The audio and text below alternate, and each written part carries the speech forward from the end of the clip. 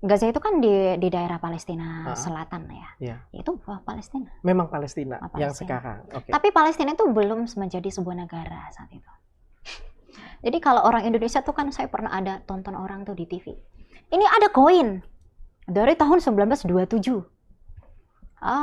Ini menunjukkan bahwa Palestina itu udah eksis sebagai sebuah negara. Wah, saya ketawa aja lihatnya. Kenapa? Karena koin itu dikeluarkan oleh pemimpin Zionis, namanya Theodor Herzl.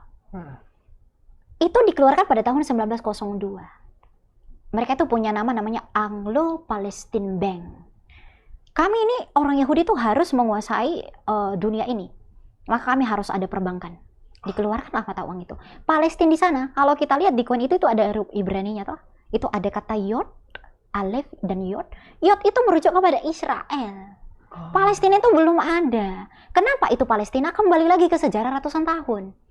Bahwa tanah itu yang tadinya diubah oleh Kaisar Adrianus menjadi Syria Palestina, maka orang sejarawan Roma seperti Cornelius Tacitus, kemudian orang-orang Yunani itu menyebutnya dengan Palestina. Sehingga sampai kepada Perang Dunia Pertama itu disebut Palestina, tetapi belum eksis sebagai sebuah negara. Oke. Jadi kalau dikatakan bahwa itu sebuah negara, wah,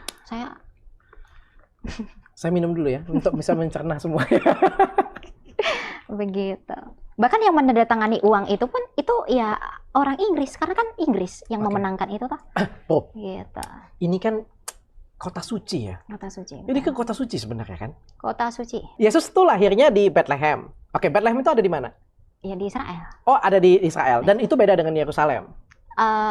Wilayah Bethlehem pasti itu 1000 kaki 1000 kaki, oh dekat ya, di atas karena bukit. Oke. Karena Yesus itu lahir di Migdal. Oke. Di Migdal Eder itu menara kawanan domba yang dinubuatkan Nabi Mika. Oke. Bahkan sejarawan Bethlehem ini sekarang ada di negara mana nih? Israel. ya, Israel. Israel sekarang. Oke. Yerusalem itu tempat bermaknanya apa maknanya bagi agama? Bagi 3 besar Samawi ya. Saya nggak bisa katakan Abrahamik, tapi Samawi aja. Kalau bagi teman-teman Yudaisme kan ada tembok barat tadi, Hakotel Hamarevi tadi. Tembok barat itu kan sisa-sisa bait suci itu tadi. Oh, bait suci yang sudah dihancurkan. Ya, Oke. di sanalah semua orang Israel yang berdiaspora itu membangkitkan semangat mereka yang ungkapan tadi Leshana Haba'ah bi Yerusalem. Bi Yerusalem ya itu di tembok barat itu, di Hakotel Hamarevi.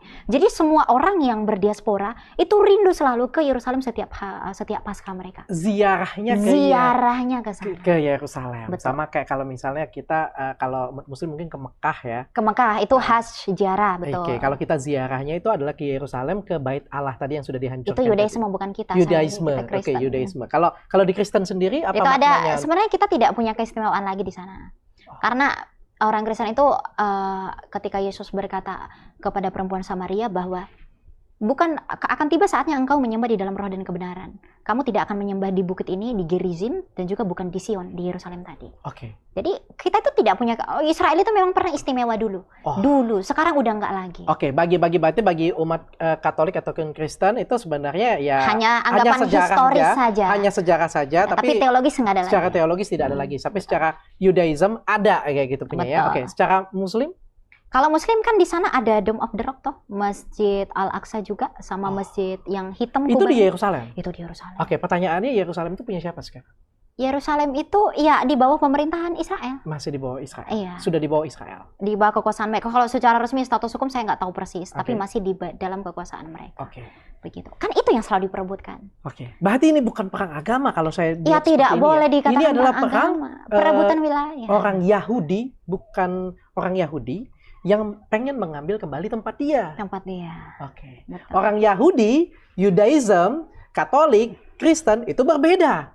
Muslim itu juga berbeda. Benar ya? Betul. Oke. Paham. Agak nyampe. Nyampe nggak kalian? Belajar yang bener dong makanya. Enak belajar matematika kan daripada belajar sejarah. Oke. Abis dari sini ada lagi? Apanya itu? Ada lagi nggak keterangan apa lagi? Sudah sampai di sini ya berarti? Sudah sampai selesai ya berarti ya? Oke. Ada lagi nggak yang mau disampaikan kalau ini? Aku pindah ke topik lain nih soalnya. Udah itu sih. Maksudnya apa ya? Yang mau disampaikan itu jangan terlalu menghubung-hubungkan dengan sentimen agama lah gitu. Oke. Karena semangat agama kalau dijadikan untuk semangat kemanusiaan itu enggak etis. Oke. Itu tidak etis. Oke, agak berat obrolannya. Karena sejarahnya kita sudah tahu persis tadi. Filistin itu bukan Palestina sekarang. Palestina itu kehadiran Israel sebagai sebuah negara itu ketika Palestina belum menjadi sebuah negara. Semangat itulah yang dipadukan di dalam semangat Zionisme untuk Leshan Ahba'ah bi Yerusalem tadi. Oke, aku boleh nggak tanya langsung? Boleh. To the point dan langsung cool. Boleh. Ya, saya terbuka. Kamu tim Israel atau tim Palestina? Saya tidak tim manapun. Saya harus katakan ini. Tapi bagaimanapun secara pribadi, saya harus ungkapkan ke teman-teman. Israel itu, kekristenan itu nggak boleh lepas dari Israel. Kekristenan tidak boleh lepas dari Israel? Tidak boleh. Kalau kita mau belajar tentang Yesus Kristus, Raja Mesias, kita harus tahu keyahudian. Harus tahu Israel. Karena Yesus berkata apa? Sebab keselamatan datang dari bangsa Yahudi. Dan dialah keselamatan itu. Karena saya sebagai seorang apologet ya. Itu pemaknaan dan perenungan saya dan penghayatan iman saya kepada Israel yang ada sekarang. Mau perang terjadi, mau bla bla bla, saya hanya peduli kepada kemanusiaannya. Di Palestina, itu ada gereja yang kena serak, gereja ortodoks. Gereja ortodoks itu gereja tua, gereja kuno, ritus purba. Itu kena bom sama Israel. Rakyat sipilnya juga banyak yang mati. Kita prihatin waktu itu. Bahkan Papa Paus, mewakili gereja ritus barat, itu prihatin dengan mereka. Di Israel juga seperti itu. Orang-orang yang kerja datang ke sana itu nggak tahu apa-apa, terus tiba-tiba dibom sama Hamas. Itu mati semua. Okay. Jadi, gini loh, Kristen itu tidak ada keuntungannya membela Israel. Tidak ada keuntungannya membela Palestina. Kita berdiri di tengah dan netral. Bahwa resolusi yang kita lahirkan itu adalah perdamaian bagaimanapun caranya. Okay. Karena dalam pandangan semangat teologi kita tidak memandang Israel itu sebagai sebuah bangsa yang punya pengaruh lagi bagi pandangan teologi kekristenan. Itu hanya istimewa secara sejarah. Tapi Alkitab memang menyatakan bahwa pada akhirnya nanti Israel itu akan dipulihkan. Okay. Bagaimanapun Israel itu akan dipulihkan dalam artian begini. Akan dimenangkan. Oke, brother, ini aku ngomong kayak gini ya. Ini kan tempat suci semua ya, Bethlehem, Yerusalem ya. Bagaimanapun juga ada nilai historicalnya kayak gitu ya, secara agama. Tapi kok berkonflik terus? Bukan? Itu sudah ada. Kalau kita berbicara dari mana dulu nih? Dari aspek apa dulu nih? Kalau dari sejarah, secara sosial politik saya tidak bisa jelaskan itu. Tapi kalau secara teologis itu semua sudah ada. Bahwa ya itu akan berkonflik seperti itu. Oh memang? Pasti. Karena itu sudah dituliskan dan itu harus terjadi sesuai dengan tulisan itu. Oke. Nah, dan pada akhirnya Israel akan dipulihkan. Oh, pada akhirnya itu tertulis Israel akan dipulihkan. Iya, karena kalau mungkin pemahaman teman-teman Muslim itu dajjal ya, di akhir zaman mereka. Kalau di kita itu antikristus. Itu akan menyatakan dirinya di bait suci ketiga nantinya. Dan Israel itu tidak bisa membangun bait suci ketiga kalau tidak di dekat Hakotel Hammarafi tadi. Dan kalau itu tidak dimiliki oleh Israel, bagaimana mungkin mereka bisa membangun itu? Artinya mereka akan dipulihkan. Alkitab mengatakan nanti seluruh dunia itu akan mengaku bahwa Yesus itu adalah Tuhan. Dan mereka itu akan masuk di dalam perjamuan itu. Aku pengen tanya gini ya, karena aku kan ngelihat video kamu kan. Jadi kan selama ini kan aku menganggap bahwa Tuhan Yesus atau Nabi Isa itu adalah sama. Oh tidak. Hah? Itu hanya anggapan orang yang, maaf dokter, saya harus katakan, saya bertanya ini ya, saya bertanya saya ya. bukan sombong ya. Okay. Saya bukan sombong, tapi ini mewakili kekristenan sejak purba. Yesus Kristus jarang dibahas, konflik Hamas versus Israel dan masa depan dunia. Saudara-saudara, hari Sabat atau Sabtu tanggal 7 Oktober 2023 yang lalu, Hamas tanpa aba-aba menyerang Israel dengan ribuan roket. Mereka kemudian juga memasuki wilayah Israel, membunuh penduduk, anak kecil, wanita, lansia dari rumah ke rumah, juga menewaskan ratusan peserta konser musik yang sedang diadakan di Israel pada waktu itu dengan menembaki membabi buta. Israel kemudian segera membalas serangan Hamas itu dan membom kota Gaza. Dan korban mati sudah lebih dari 3 atau 4 ribu orang sekarang dari kedua belah pihak. Dan kalau perang memang tidak ada yang diuntungkan, kedua belah pihak rugi. Dan doa kita mestinya perdamaian bagi kedua belah pihak. Saudara perlu tahu bahwa Hamas itu sebetulnya adalah milisi Palestina, kelompok garis keras yang mau menghapus Israel dari peta dunia. Dan yang menarik sekali, Hamas itu bukan partai yang berkuasa. Karena partai yang berkuasa sekarang adalah Fatah. Presidennya adalah Mahmud Abbas. Ini adalah turunan dari PLO yang dulu pernah didirikan oleh Yasser Arafat.